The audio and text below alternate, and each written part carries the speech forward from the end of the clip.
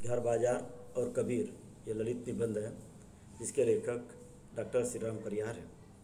ललित निबंध का परिचय इस प्रकार है कि ललित निबंध का संबंध ललित कला के समान हमारे सौंदर्य बोध, सांस्कृतिक विकास और आध्यात्मिक चेतना से है।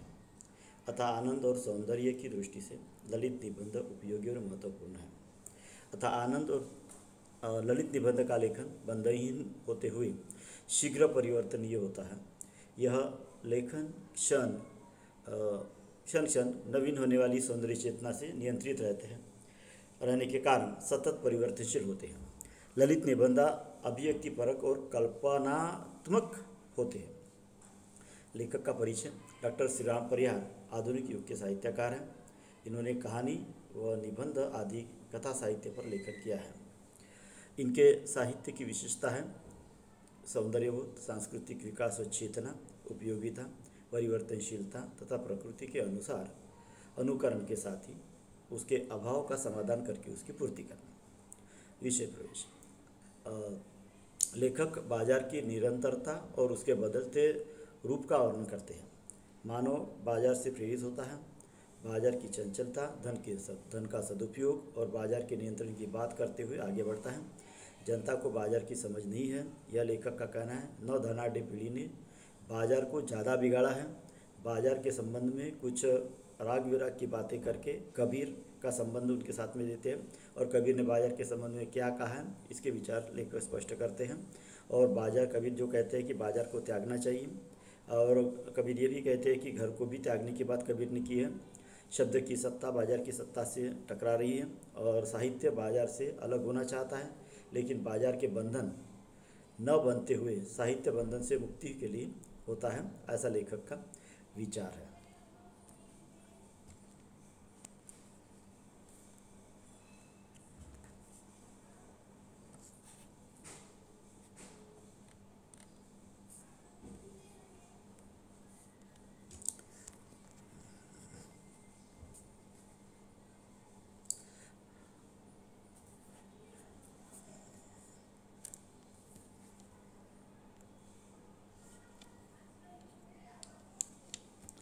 निबंध का सार इसमें ले सकते हैं। निबंध के सार में लेखक कहते हैं कि बाजार हर जगह हर समय रहता है। बाजार बदलते रहता है निरंतर। व्यक्ति बाजार का गुलाम बनते जा रहा है। यह बात प्रकृति से जुड़ी होकर भी प्रकृति के खिलाफ है।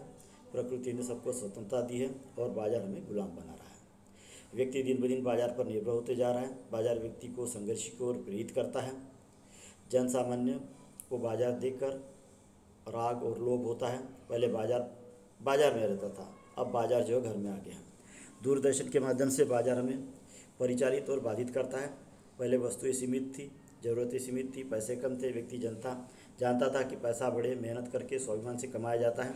पैसा निरंतर खर्च नहीं करना है, जिसके लिए लेखक ने राजस्थान के कंजूस सेठ का उदाहरण दिया है, जिसे कंजूसी के कारण उसके कारीगर मजा चखाने के लिए मकान की नींव में ढेरों घी डालने के लिए कहते हैं। सेठ कारीगरों की बात मानता है और कहता है कि जहाँ जरूरी है वहाँ धन अवश्य खर्च करना चाहिए। बात कंजूसी की नहीं पर धन के सदुपयोग की है। इस प्रकार लेखक जो है सेठ के इस उदाहरण के द्वारा यह बताने का प्रयास करता है। लेखक के विचार से बाजार की यह समझ आज बहुत कम लोगों के पास बची है। नवधनाढ़ पीढ़ी ने बाजार को बिगाड़ा है। बाजार को चढ़ाने उतारने में दूरदर्शन और अन्य प्रचार माध्यम उसी तरह काम करते हैं जैसे चींटी शक्कर के टुकड़े को ले जाने के लिए तल्लीन होती है। आज दूरदर्शन हमें घर से सिखाकर बाजार भेजता है कि हमें क्या लेना है और हम उसी का अनुसरण करते हुए जो है आगे बढ़ते हैं। निबंध का सारांश के संबंध में और आगे लेखक ने कहा है कि बाजार की उपादेयता घर से जुड़ी है। घर बसाना है तो बाजार जाना ही पड़ेगा। घर ही नहीं होगा तो बाजार जाने की ज़रूरत नहीं पड़ेगी। सारा टंटा घर का है, दुनियादारी का है। विराग के कारण कबीर बाजार की निरर्थकता को जान सके, इसलिए कबीर ने पहले घर को फूकने की बात कही है। पहले घर का त्याग करो। कबीर ने अपने भीतर बसा हुआ घर जलाया था। बाजार को पहली चुनौती कबीर ने दी है। इस प्रकार लेखक यह बताना चाहता है कि घर के कोने में रखा बुद्धू बक्सा यानी दूरदर्शन जो है हमें तरह तरह के आकर्षण देता है और हमारे सामने प्रस्तुत करते रहता है।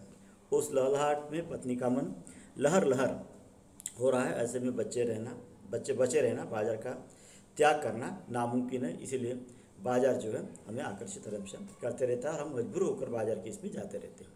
लेखक घर की परेशानी से निजात लेकर माँ के आंखों के ऑपरेशन, इन घर की परेशानी के बारे में बताया।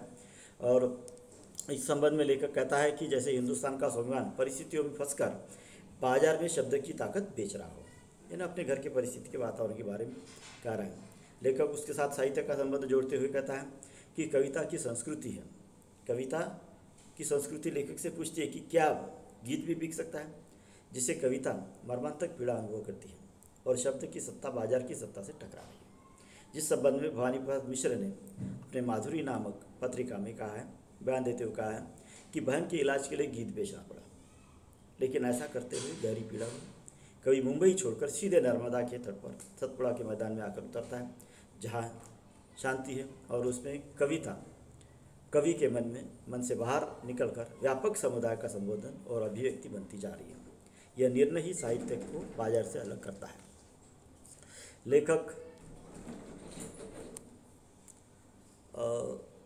जैसे नींद से जागता है, आकाश के बादल के टुकड़े के पहाड़ सा कवि अपना सपना जो है उभारता है और थोड़ी देर में झरने झरने लगता है, यानी उनका सपना।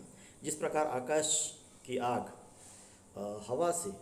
हवा को रोक नहीं पाती, उसी प्रकार आकाश का बाजार अपना काम करता है और लेखक की गीतों का साहित्य का झरना बूंदे धार आदि बनकर बहने लगता है। कविता झरने के समान बहती जरूर है, लेकिन बाजार नहीं बन सकती। अगर साहित्य को बाजार के रूप के अनुसार उत्पादित कर साहूकारी की जाएगी तो वह बाजारू चीज हो जाएगी, लेकिन वह कालिदास, संत तुलसी, कबीर या हजारी प्रसाद या भवानी प्रसाद मिश्र की कलम की फसल नहीं हो सकती। बाजार जीवन के बंधन के लिए, साहित्य जो है बंधन से मुक्ति के लिए। दो बताइए, बाजार जीवन से मुक्ति के लिए और साहित्य बंधन से मुक्ति के लिए। उद्देश्य इस पाठ का कवि ने बताया है कि घर, बाजार और साहित्य एक दूसरे से जुदा चीज़ है। उद्देश्य है घर, बाजार और साहित्य तीनों चीज़ें अलग अलग है। बाजार घर परिवार के लिए, लेकिन आज बाजार घर में ही आ चुका है। साहित्य मन की भावनाओं की अनमोल चीज़ है जिसकी कीमत नहीं लगाई जा सकती, लेकिन आज भी साहित्य भी आज बेचा जा रहा है। साहित्य बंधहीन होकर बह सके तो वह निश्चल होकर बह सकता है, जिससे सबका भला हो सकता है। साहित्य बाजार के रूप को देखकर सृजित नहीं किया जा सकता। बाजार बंधन की चीज़ है और साहित्य बंधन से मुक्ति के लिए है। इस प्रकार साहित्य को बंधनहीन या बाजार की चीज़ न बनाकर बंधन मुक्त, स्वच्छ, निर्मल, स्वच्छंद बंधन से मुक्ति के लिए, मानव मुक्ति के लिए निरंतर निस्वार्थ रूप से उपयोग में लाना चाहिए, ऐसा लेखक का विचार है। इस पाठ को महत्वपूर्ण प्रश्न जो है उस पर भी विचार किया जा सकता है। तो इसमें पहला प्रश्न हम ले सकते हैं, यानी प्रश्न पहला तो नहीं लेकिन उसके हिसाब से, तो बाजार की संकल्पना व वास्तविकता को स्पष्ट कीजिए, ये प्रश्न आ सकता है। तो बाजार व्यक्ति को किस बात के लिए प्रेरित करता है?